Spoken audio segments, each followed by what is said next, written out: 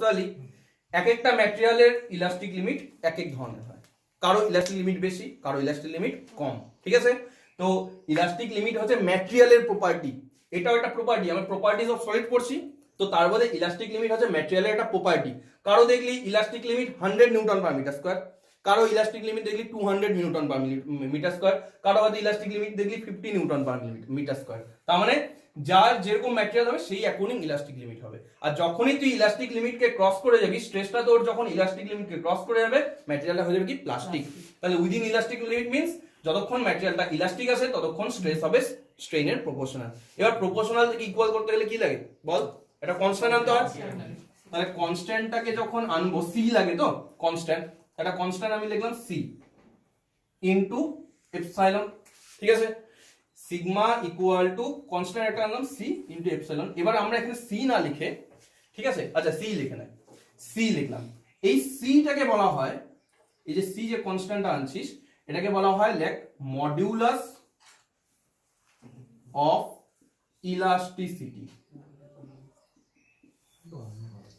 কি বললাম, stress is proportional to strain. এখান থেকে যখন ইকুয়াল করবি তখন একটা কনস্ট্যান্ট আসবে, ওই কনস্ট্যান্টটাকে আমরা বা ধ্রুবক যেটা আছে সেটাকে আমরা বলবো মডিউলাস অফ ইলাস্টিসিটি। খুব ইম্পর্টেন্ট, ঠিক আছে। এইবার এই যে মডিউলাস অফ ইলাস্টিসিটি আছে এইটা তিন টাইপের হয়, এইটা যে সি বললাম সিটা তিন টাইপের হয়, ঠিক আছে।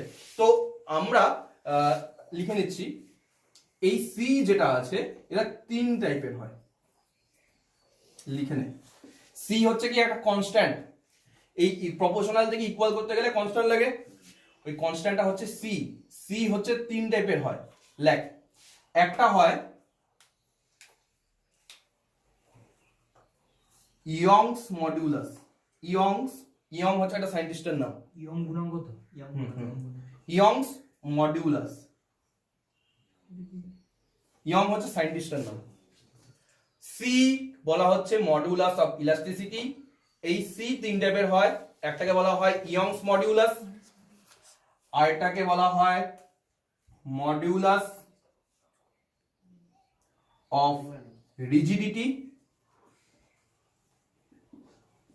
একটাকে বলা হয় মডিউলাস অফ রিজিডিটি, আর এটাকে বলা হয় bulk modulus, BULK bulk modulus. তিনটা আমাদের পড়তে হবে না, আমরা শুধু ফার্স্ট এডটা পড়বো, ইয়ংস মডুলাস পড়বো, এই পরেগুলো আমরা সময় গিয়ে পড়বো, এখানে ওই ডিটেইলস লাগবে না, কিছুই নেই এগুলো সিলেবাসে। তো সি হচ্ছে কি মডুলাস অফ ইলাস্টিসিটি। এই মডুলাস অফ ইলাস্টিসিটি আবার তিন টাইপের হয়। অ্যাকচুয়ালি এটা কিসের উপর হয় তিন টাইপের, কি রকম স্ট্রেস অ্যাপ্লাই করছে। আমি টাইপ অফ স্ট্রেস তোদেরকে বলি নাই, শুধু স্ট্রেস বলছি।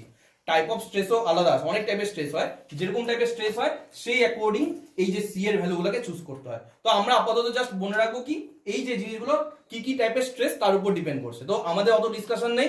তো আমরা শুধু সি বলতে এখন বুঝবো কোনটা, ইয়ংস মডুলাস। এই ইয়ংস মডুলাসকে পার্টিকুলারলি আমরা লিখি ক্যাপিটাল ই দিয়ে, ঠিক আছে। বুঝতে পারলি, stress is proportional to strain, স্ট্রেসের থেকে ইকুয়াল করতে হলে একটা কনস্ট্যান্ট দরকার, সেই কনস্ট্যান্টটাকে বলছি মডুলাস অফ ইলাস্টিসিটি। এবার মডুলাস অফ ইলাস্টিসিটি তিন টাইপের হচ্ছে, এবার তিন টাইপের কার উপর ডিপেন্ড করছে, কি টাইপের স্ট্রেস অ্যাপ্লাই হচ্ছে, যেটা আমরা পড়ি না যে কি কি টাইপের স্ট্রেস অ্যাপ্লাই হয়। তো সেজন্য আমরা যেটা পড়বো সেটা হচ্ছে ইয়ংস মডুলাস, ঠিক আছে। তো যেটাকে আমরা কি দিয়ে লিখবো, ই দিয়ে। মানে আমি তোদেরকে যেই টাইপের ছবি দেখিয়েছি, ওই যে একটা বার, সেখান থেকে আমি ফোর্স দিচ্ছি দুই সাইডে, তো ওটার জন্য ই ইউজ হয়, ঠিক আছে। এতটুকু মনে রাখলেই হবে। অন্যান্য অনেক টাইপের স্ট্রেস আসতে পারে, সেখানে অন্যান্য জিনিসগুলো ইউজ হয়। তো আমি এমনি ইউনিটগুলো মানে এগুলা সংকেতে কি লেখে সেটা লিখে দিচ্ছি। মডিউলাস অফ রিজিডিটি এটাকে লেখা হয় এরকম করে, এনটাকে নিচের দিকে টানছি, বলা হয় কি ইটা। ইটা এনটাকে যদি নিচের দিকে টানি ওটাকে বলবো ইটা, ITA লিখে রাখতে পারিস, ঠিক আছে। এটাকে বলা হয় ইটা। এনটাকে যদি নিচের দিকে টানি ওটাকে বলা হয় কি ইটা। বাল্ক মডিউলাস এটাকে লিখে আমরা কে দিই, ঠিক আছে। স্মল স্মল ক্যাপিটাল একই ব্যাপার, ঠিক আছে। তাহলে বুঝতে পারলি আমরা তাহলে কোনটা করবো বল, ইটা করবো। তাহলে আমাদের জন্য অ্যাকচুয়ালি ইকুয়েশনটা কি হয়ে যাবে, সিগমা, তোরা নিচে লিখে নে, আমাদের জন্য ইকুয়েশনটা হবে সিগমা ইকুয়াল টু কি বল, ই ইনটু এপসাইলন। এটা হয়ে যাবে আমাদের জন্য ফর্মুলা, ঠিক আছে। এখন আমরা এটাই শুধু পড়বো। সি এর মধ্যে পার্টিকুলারলি আমি কোনটা পড়বো বলছি ইয়ংস মডুলাস, তার জন্য ই। এবার আমি যেটা বললাম, আমি যে তোদেরকে ছবি দেখিয়েছি যেরকম এই যে দুদিকের টেনশন বা দুদিকের কম্প্রেশন, ওখানের জন্য ইজ হয়, এতটুকু মনে রাখ, ঠিক আছে? এগুলা আমরা মসে বা সমে যখন পড়বো তখন আরো ডিটেলসে অন্যান্য কি কি টাইপের স্ট্রেস হয় সেটা বুঝবো, তখন ওগুলা পড়বো। তো এটা পরে আসবেই, সো এখন দেখে লাভ নেই, যখনকার সিলেবাস তখনকার। তাহলে আমাদের নেক্সট পয়েন্ট লিখে নেয় sigma equal to e into epsilon, ঠিক আছে? আচ্ছা, এই ইটাকে তো মডুলাস অফ ইলাস্টিসিটি বলা যায়, একই তো ব্যাপার। মানে আমি মডুলাস অফ ইলাস্টিসিটিকে তিনটা ভাগে লিখছি, তার মানে ইটাও তো মডুলাস অফ ইলাস্টিসিটি। তোরা সেজন্য যদি কোনো অঙ্ক আসলে কখনো কখনো ইটাকে ইয়ংস মডুলাস লেখা থাকতে পারে, আবার কখনো কখনো মডুলাস অফ ইলাস্টিসিটি লেখা থাকতে পারে, একই মিনিং। কারণ আমরা সিলেবাসে শুধু এতটুকুই আছে আমাদের, তাই আমাদেরকে যদি ই এর কথা বলে তাহলে কখনো কখনো তোকে ইয়ংস মডুলাস বলে দিতে পারে, বা কখনো কখনো মডুলাস অফ ইলাস্টিসিটি বলে দিতে পারে। তুই বুঝে নিবি ওটা আমাকে ই দিয়েছে। এবার ই সম্বন্ধে একটু বলে দিই, তাহলে আমাদের হয়ে যাবে। বুঝবো এগুলা? ই বা সি যেটাই হোক একই ব্যাপার।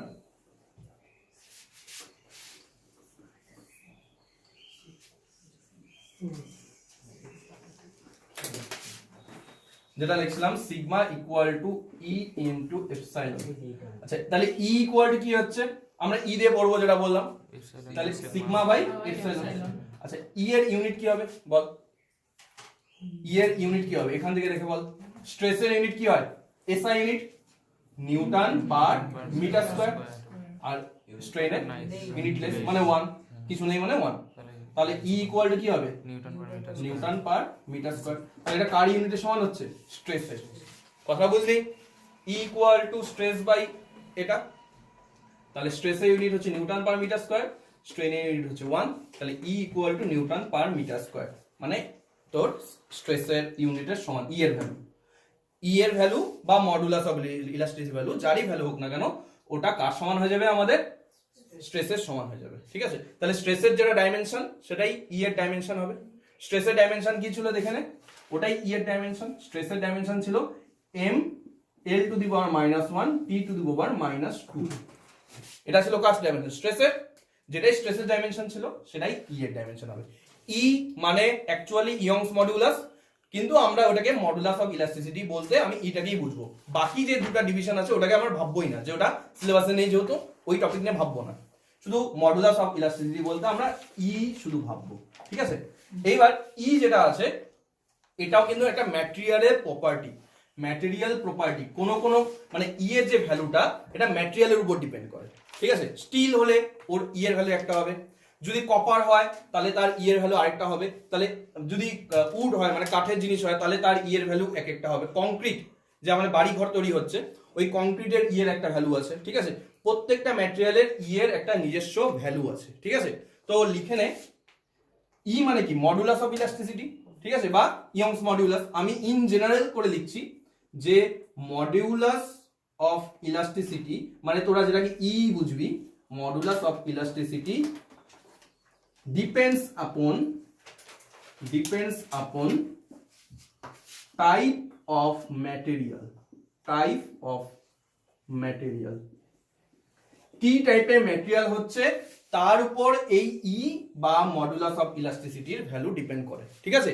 যেরকম ম্যাটেরিয়াল হবে সেরকম মডুলাস অফ ইলাস্টিসিটি ভ্যালু হবে, ঠিক আছে? যেরকম আমি স্টিলের যদি কথা বলি, স্টিলের জন্য মডুলাস অফ ইলাস্টিসিটি হয় 2 × 10⁵ নিউটন পার মিলিমিটার দিয়ে যদি লিখি, মিটার স্কয়ারও লেখা যায়, মিলিমিটারও লেখা যায়, কোনো অসুবিধা নেই, ঠিক আছে? এগুলো আমরা সমে গিয়ে বুঝবো, মিটার দিয়েও লেখা যায়, মিলিমিটার দিয়েও লেখা যায়। স্টিলের যদি মুখস্থ করতে হবে না, এটা মুখস্থ করতে হবে না, জাস্ট আমি তোদের বোঝানোর জন্য বলছি যে স্টিলের ই এর ভ্যালু হয় 2 × 10⁵ নিউটন পার মিলিমিটার স্কয়ার। আবার যদি অ্যালুমিনিয়ামের কথা ভাবিস, অ্যালুমিনিয়াম হচ্ছে একটা ম্যাটেরিয়াল যার ই এর ভ্যালু হবে 0.67, 2/3 করলে কত হয়? 0.667 হয় না? ই অফ অ্যালুমিনিয়াম এটা হয়ে যাবে 0.67 × 10⁵ নিউটন পার মিলিমিটার স্কয়ার। এটা মিলিমিটার লিখছি, হ্যাঁ?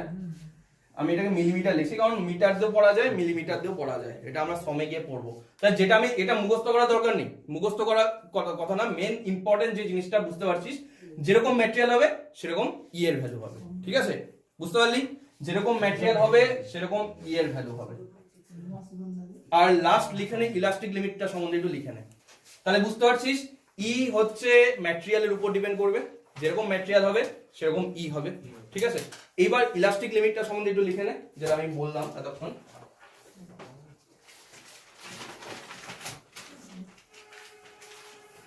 ইলাস্টিক লিমিটটা কি বুঝলাম, যে এটা একটা কিসের ভ্যালু? ইলাস্টিক লিমিট মানে কিসের ভ্যালু? এটা স্ট্রেসেরই ভ্যালু, মানে এটা হচ্ছে ম্যাক্সিমাম স্ট্রেস যতক্ষণ পর্যন্ত কিনা ম্যাটেরিয়ালটা কি থাকবে, ইলাস্টিক। যদি স্ট্রেসটা ইলাস্টিক লিমিটকে ক্রস করে যায় ম্যাটেরিয়ালটা কি হয়ে যাবে, প্লাস্টিক। তাহলে লেখ it is the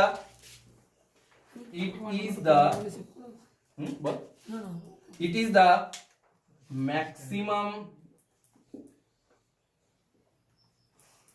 value of stress। যারা বাংলা লিখবি এই জিনিসগুলোকে বাংলায় কনভার্ট করে নিতে পারিস, ঠিক আছে? It is the maximum value of stress, মানে যেগুলা টার্মগুলো বাংলায় পেয়ে যাবি, বই থেকে দেখে নিস, ঠিক আছে? It is the maximum value of stress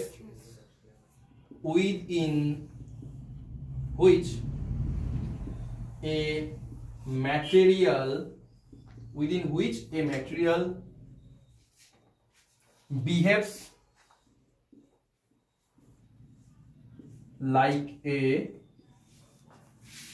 elastic material. It is the maximum value of stress within which a material behaves like a elastic material. তারপর নিচে লিখিস প্যারা করে, if the value of stress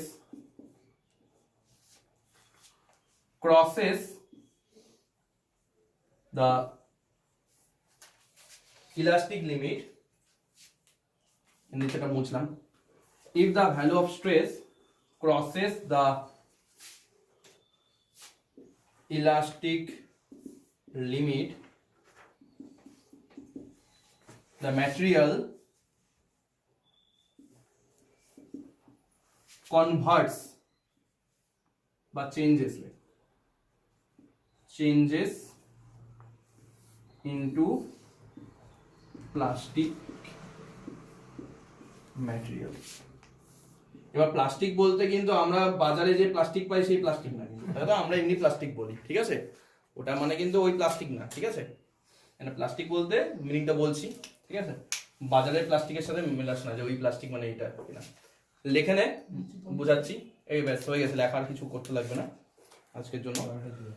তো দেখ, পরের দিন একটা শুধু ছবি দেখাবো, একটা ড্রয়িং দেখাবো, তাহলে আমাদের সলিডেরটা হয়ে যাবে, তারপরে আমরা ফ্লুইডেরটা বলবো। দেখ কি বলছি, ইলাস্টিক লিমিট কি বোঝায়? স্ট্রেসকে বোঝায়।